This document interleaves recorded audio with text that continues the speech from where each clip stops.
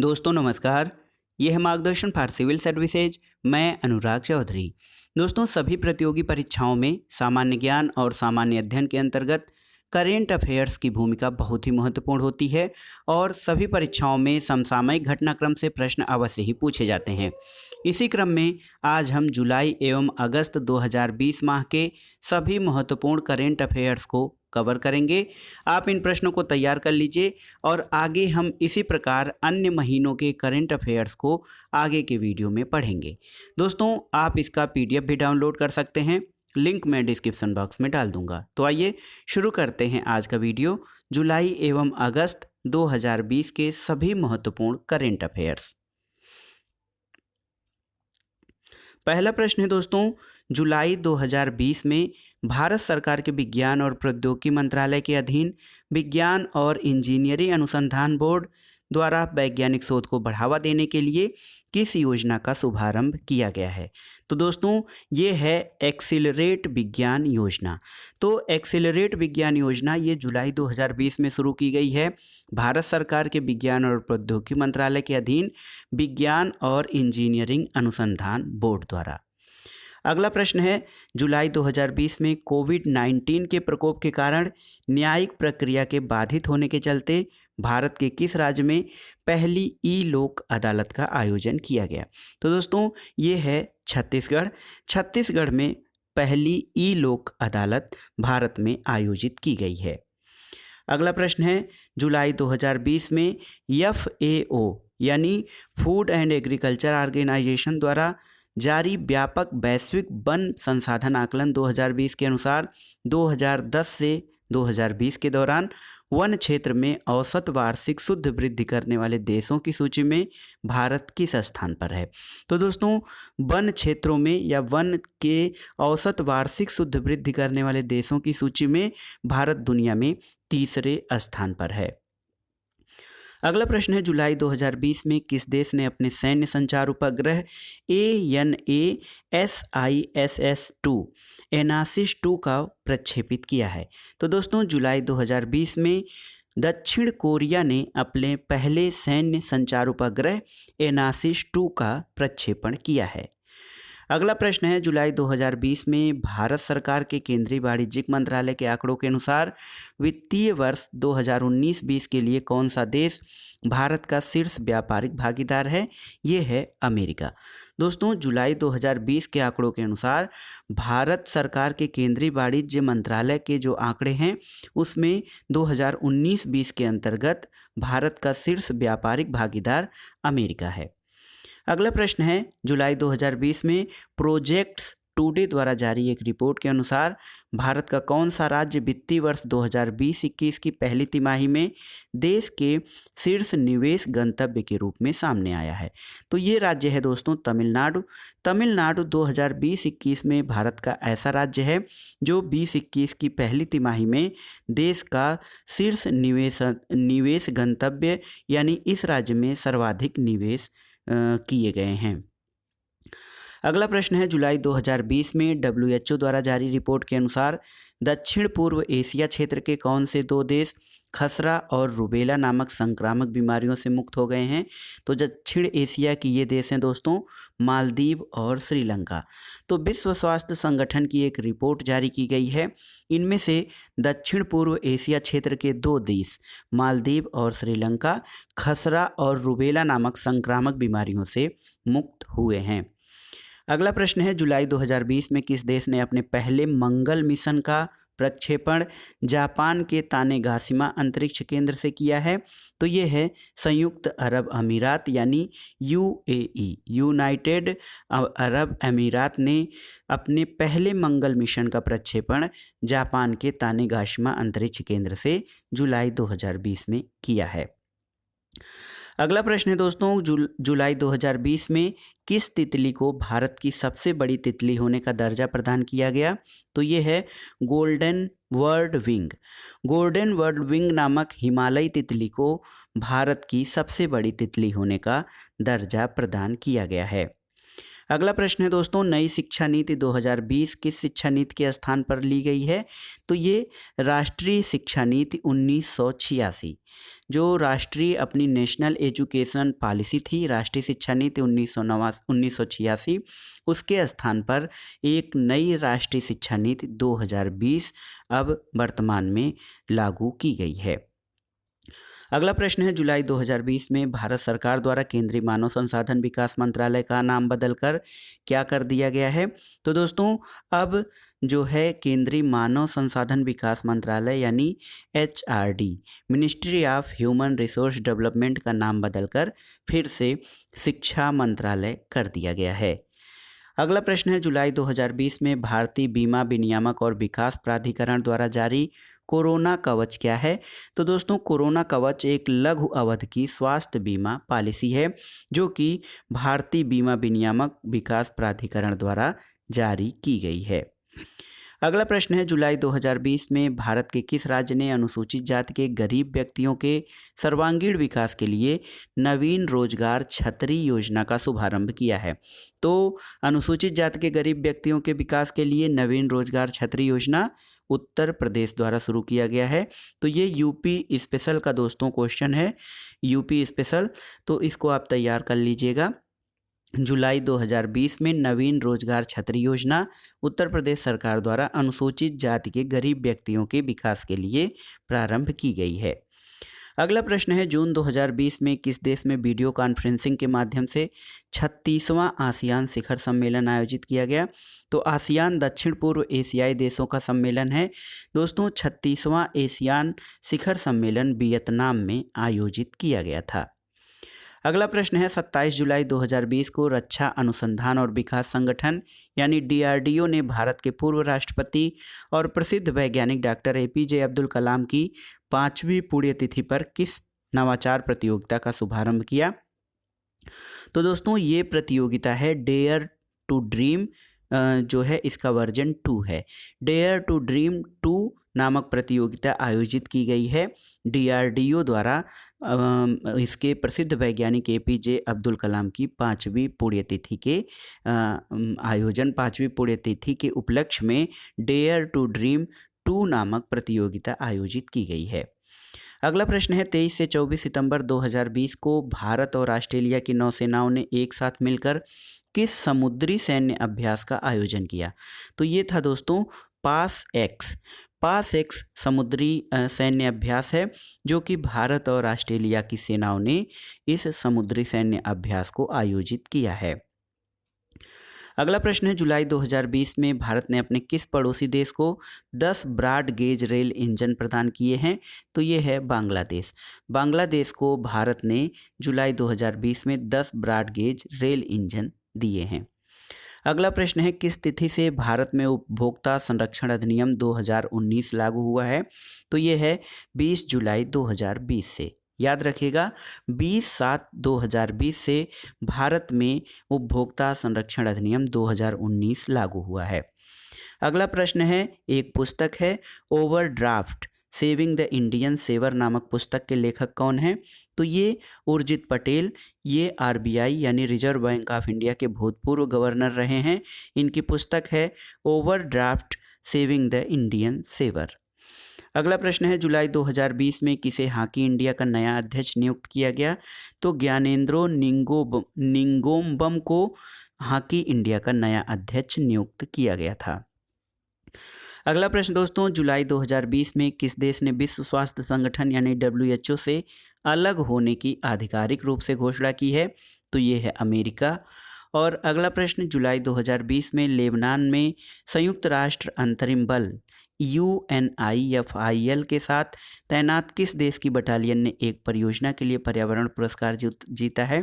तो ये है भारतीय बटालियन इंडबैट यानी इंडियन बटालियन ने संयुक्त राष्ट्र अंतरिम बल के साथ तैनात जो है इसने एक परियोजना के लिए पर्यावरण पुरस्कार जीता है जो कि ये बटालियन लेबनान में तैनात थी।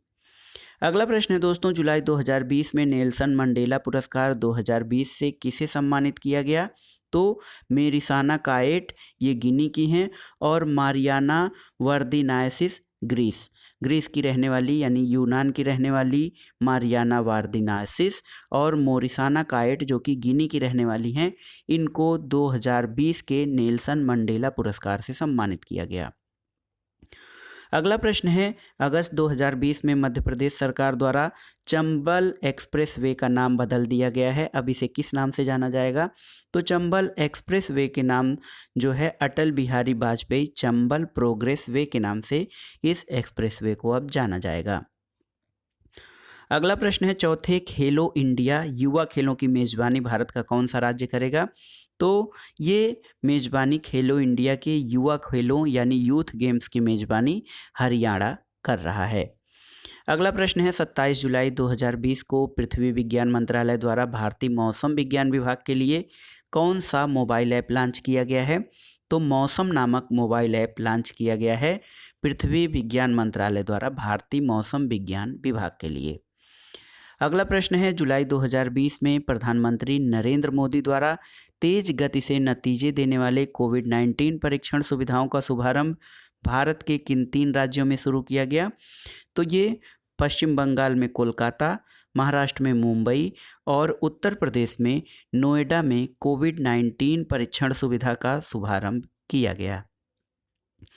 अगला प्रश्न है दोस्तों, जुलाई 2020 में केंद्रीय मानव संसाधन विकास मंत्री रमेश पोखरियाल निशंक ने छात्रों के मानसिक स्वास्थ्य की देखभाल के लिए किस पहल की शुरुआत की है? तो ये पहल है मनोदर्पण। दोस्तों, छात्रों के मानसिक स्वास्थ्य या मेंटल हेल्थ की देखभाल के लिए ये पहल शुरू की गई है जिसका नाम मनोदर्पण है।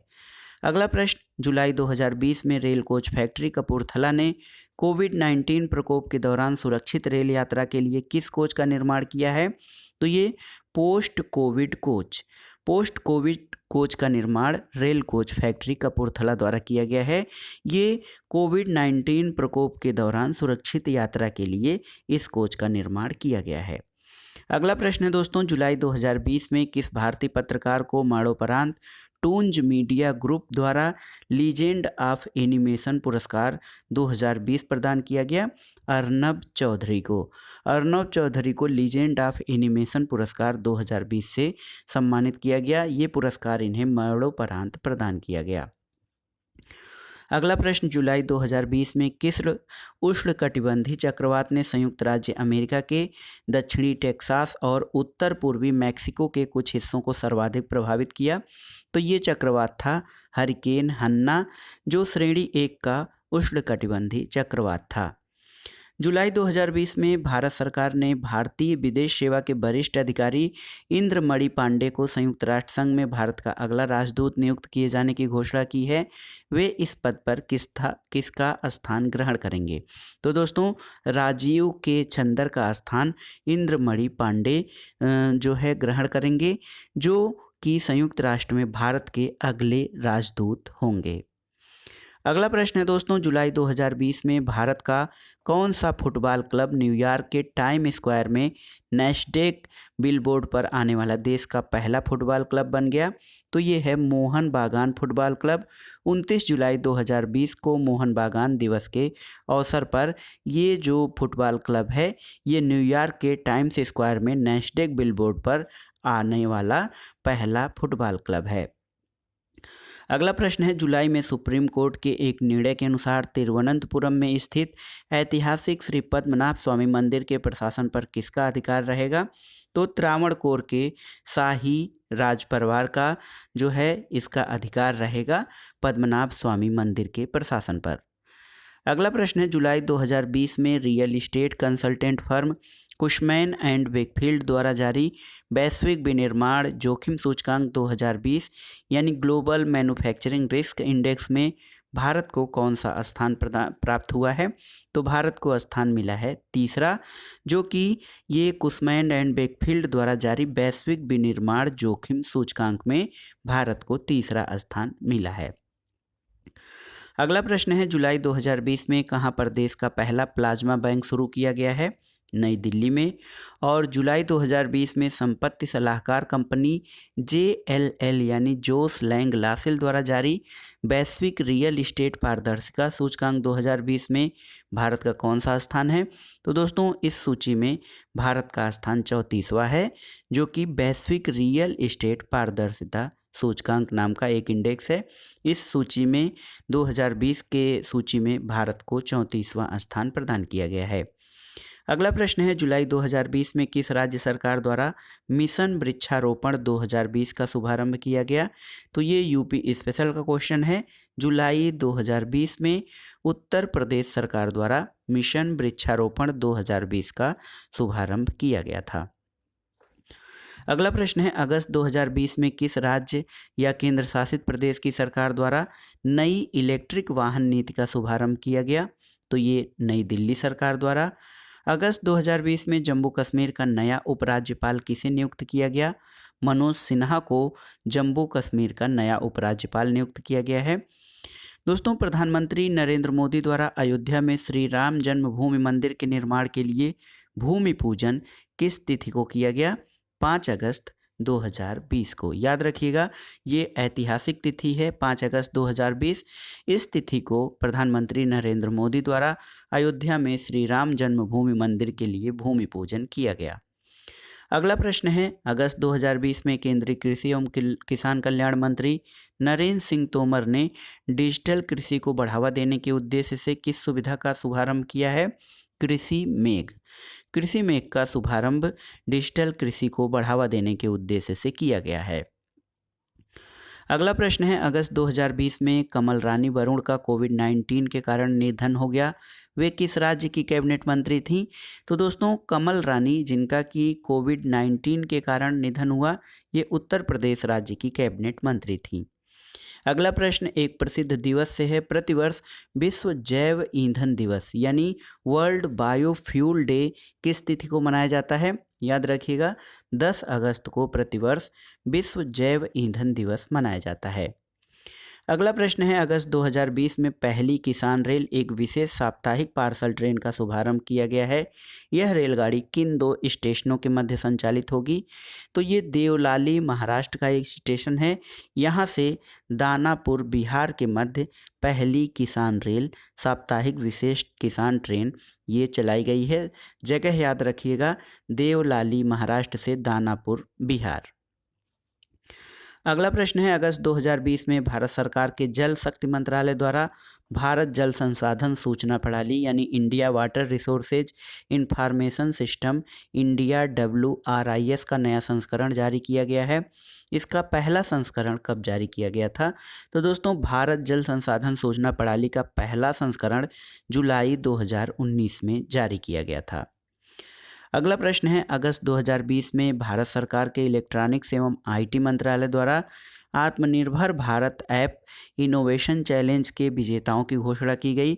मनोरंजन श्रेणी के तहत किस ऐप को प्रथम रैंक प्रदान किया गया है? तो ये कैप्शन प्लस इस एप्लीकेशन को आत्मनिर्भर भारत ऐप इनोवेशन चैलेंज के तहत प्रथम स्थान प्रदान किया गया है। तो याद रखिएगा कैप्शन प्लस एप्लीकेशन। अगला प्रश्न है, अगस्त 2020 में प्रधानमंत्री नरेंद्र मोदी ने किस केंद्र शासित प्रदेश में submarine optical fibre cable connectivity project की शुरुआत की है? तो ये अंडमान और निकोबार द्वीप समूह में submarine optical fibre cable connectivity project प्रारंभ किया गया है। अगला प्रश्न है, अगस्त 2020 में प्रधानमंत्री नरेंद्र मोदी ने कर प्रणाली को सुगम, सरल और फेसलेस बनाने के उद्देश्य से किस नए पोर्टल का शुभारंभ किया है? तो दोस्तों ये पारदर्शी कराधान ईमानदार का सम्मान पोर्टल का शुभारंभ किया गया है कि जो कर प्रणाली है अपनी जो टैक्सेशन सिस्टम है इसको आसान और फेसलेस बनाने के उद्देश्य से पारदर्शी कराधान ईमानदार का सम्मान पोर्टल प्रारंभ किया गया है। अगला प्रश्न है, अगस्त 2020 में भारत सरकार के रक्षा मंत्रालय द्वारा रक्षा क्षेत्र में आत्मनिर्भर बनने और स्वदेशीकरण को बढ़ावा देने के उद्देश्य से किस त्रिस्तरीय संगठन की शुरुआत की गई है? तो ये संगठन है नौसेना नवोन्मेष एवं स्वदेशीकरण संगठन NIIO का शुभारंभ किया गया है। रक्षा मंत्रालय द्वारा रक्षा क्षेत्र में आत्मनिर्भर और स्वदेशीकरण को बढ़ावा देने के उद्देश्य से। अगला प्रश्न, अगस्त 2020 में भारत के स्वास्थ्य और परिवार कल्याण मंत्रालय द्वारा उत्तर प्रदेश के किस जिले में धन्वंतरि चलंत अस्पताल का शुभारंभ किया गया है? तो ये दोस्तों वाराणसी में धन्वंतरि चलंत अस्पताल का शुभारंभ किया गया है भारत के परिवार कल्याण मंत्रालय द्वारा। अगला प्रश्न है, अयोध्या के बारे में प्रकाश डालने वाली पुस्तक अमेजिंग अयोध्या किसके द्वारा लिखी गई है? दोस्तों अमेजिंग अयोध्या की लेखिका नीना राय हैं। अगला प्रश्न है, अगस्त 2020 में केंद्रीय युवा कार्यक्रम और खेल मंत्री किरेन रिजिजू द्वारा वर्चुअल माध्यम से शुरू किए गए फिट इंडिया फ्रीडम रन का आयोजन कब से कब तक किया गया? तो फिट इंडिया फ्रीडम रन 15 अगस्त 2020 से 2 अक्टूबर 2020 तक इसका आयोजन किया गया। अगला प्रश्न है, अगस्त 2020 में जारी विज्ञप्ति के अनुसार किसने 6 राज्यों जैसे बिहार, झारखंड, मध्य प्रदेश, उड़ीसा, राजस्थान और उत्तर प्रदेश में गरीब कल्याण रोजगार अभियान के तहत 5.5 लाख से अधिक श्रम दिवसों का सृजन किया है? तो भारतीय रेलवे ने। अगला प्रश्न बहुत ही महत्वपूर्ण है, अगस्त 2020 में भारत सरकार के इलेक्ट्रॉनिक्स एवं आईटी मंत्रालय द्वारा आत्मनिर्भर भारत के लक्ष्य को पूरा करने के लिए किस चैलेंज की शुरुआत की गई है? स्वदेशी माइक्रो प्रोसेसर चैलेंज, आत्मनिर्भर भारत के लिए नवाचार समाधान। ये भारत सरकार के इलेक्ट्रॉनिक्स एवं आईटी मंत्रालय द्वारा आत्मनिर्भर भारत के लक्ष्य को पूरा करने के लिए प्रारंभ किया गया है। अगला प्रश्न है, अगस्त 2020 में किसे भारत का नया नियंत्रक एवं महालेखा परीक्षक यानी controller and auditor general of India CAG किसे नियुक्त किया गया है? गिरीश चंद्र मुर्मू को। अगला प्रश्न है, अगस्त 2020 में भारत सरकार द्वारा कक्षा 6 से 11 तक के स्कूली छात्रों के लिए विज्ञान को लोकप्रिय बनाने के लिए राष्ट्रीय स्तर पर किस कार्यक्रम का शुभारंभ किया गया है? तो ये विद्यार्थी विज्ञान मंथन 2020-21 इस कार्यक्रम का शुभारंभ किया गया है 6वीं कक्षा से लेकर 11वीं कक्षा तक के स्कूली छात्रों को विज्ञान विषय में लोकप्रिय बनाने के लिए। अगला प्रश्न है, अगस्त 2020 में भारत सरकार के जनजाति कार्य मंत्रालय के तहत किसे राष्ट्रीय शिक्षक पुरस्कार 2020 से सम्मानित किया गया है? श्रीमती सुधा पेनुली, ये एकलव्य मॉडल आवासीय विद्यालय कलसी देहरादून उत्तराखंड की शिक्षिका हैं। इनको राष्ट्रीय शिक्षक पुरस्कार 2020 से सम्मानित किया गया। अगला प्रश्न है, 28 अगस्त 2020 को 14वीं रक्षा नीति वार्ता यानी DPD डिफेंस पॉलिसी डायलॉग का आयोजन किन किन देशों के बीच हुआ? तो ये भारत और सिंगापुर के बीच अगस्त 2020 में 14वीं रक्षा नीति वार्ता प्रारंभ या आयोजित की गई थी। अगला प्रश्न है, अगस्त 2020 में भारत सरकार के रसायन और उर्वरक मंत्रालय ने किस राज्य में NPPA यानी नेशनल फार्मास्यूटिकल्स प्राइसिंग अथॉरिटी के तत्वाधान में मूल्य निगरानी और संसाधन इकाई स्थापित किए जाने का निर्णय लिया है? तो कर्नाटक में। और जुलाई 2020 में ब्रिक्स पर्यावरण मंत्रियों की 6वीं बैठक की अध्यक्षता किस देश ने की थी? ये रूस ने की थी ब्रिक्स पर्यावरण मंत्रियों के 6वीं बैठक की अध्यक्षता। अगला प्रश्न है, 1 अगस्त 2020 को राज्यसभा सांसद अमर सिंह का निधन हो गया। उनका संबंध किस राजनीतिक पार्टी से था? तो दोस्तों अमर सिंह समाजवादी पार्टी से संबंधित थे। अगला प्रश्न है, अगस्त 2020 में परमाणु ऊर्जा संयंत्र का परिचालन प्रारंभ करने वाला पहला अरब राष्ट्र कौन सा है? ये UAE यानी संयुक्त अरब अमीरात अगस्त 2020 में परमाणु ऊर्जा संयंत्र का परिचालन प्रारंभ करने वाला पहला अरब देश है। अगला प्रश्न है दोस्तों, अगस्त 2020 में भारत सरकार के सड़क परिवहन और राजमार्ग मंत्रालय द्वारा नई हरित राजमार्ग नीति, इसके तहत किस मोबाइल एप्लीकेशन को लॉन्च किया गया है? तो ये है हरित पथ, ये मोबाइल ऐप का नाम है। अगला प्रश्न दोस्तों, अगस्त 2020 में भारत के लिए किस राज्य ने ग्रामीण रोजगार परिषदों में महिलाओं के लिए 50% सीटों के आरक्षण की नीति को मंजूरी प्रदान की है? तो मेघालय राज्य ने। और अगस्त 2020 में किस भारतीय संस्थान ने लंदन स्थित इंपीरियल कॉलेज के सहयोग से एक नैनोकण मेटा ग्रिड विकसित किया है? तो IIT गुवाहाटी ने दोस्तों लंदन के इंपीरियल कॉलेज के सहयोग से मेटा ग्रिड नामक एक नैनोकण का विकास किया है। अगला प्रश्न है, अगस्त 2020 में आरबीआई ने किसकी अध्यक्षता में एक 5 सदस्यीय समिति का गठन किया है जो कोविड-19 महामारी से प्रभावित दबावग्रस्त कर्ज संपत्तियों के समाधान के लिए वित्तीय मापदंड संबंधी सिफारिशें करेगी। तो केवी कामत की अध्यक्षता में कोविड-19 महामारी से प्रभावित दबावग्रस्त कर्ज संपत्तियों के समाधान के लिए एक सिफारिश करने के लिए केवी कामत की अध्यक्षता में एक समिति गठित की गई है। अगला प्रश्न दोस्तों, 15 अगस्त 2020 को प्रधानमंत्री नरेंद्र मोदी ने स्वतंत्रता दिवस 2020 के अवसर पर अपने संबोधन में दुनिया भर में सौर ऊर्जा की आपूर्ति के लिए किस योजना का उल्लेख किया था? तो ये एक सूर्य एक विश्व एक ग्रिड नामक योजना का शुभारंभ 15 अगस्त 2020 को प्रधानमंत्री मोदी ने स्वतंत्रता दिवस पे अपने संबोधन में विचार दिया था।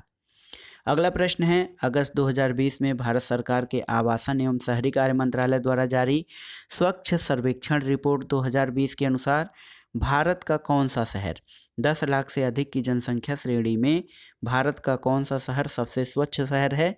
ये है इंदौर।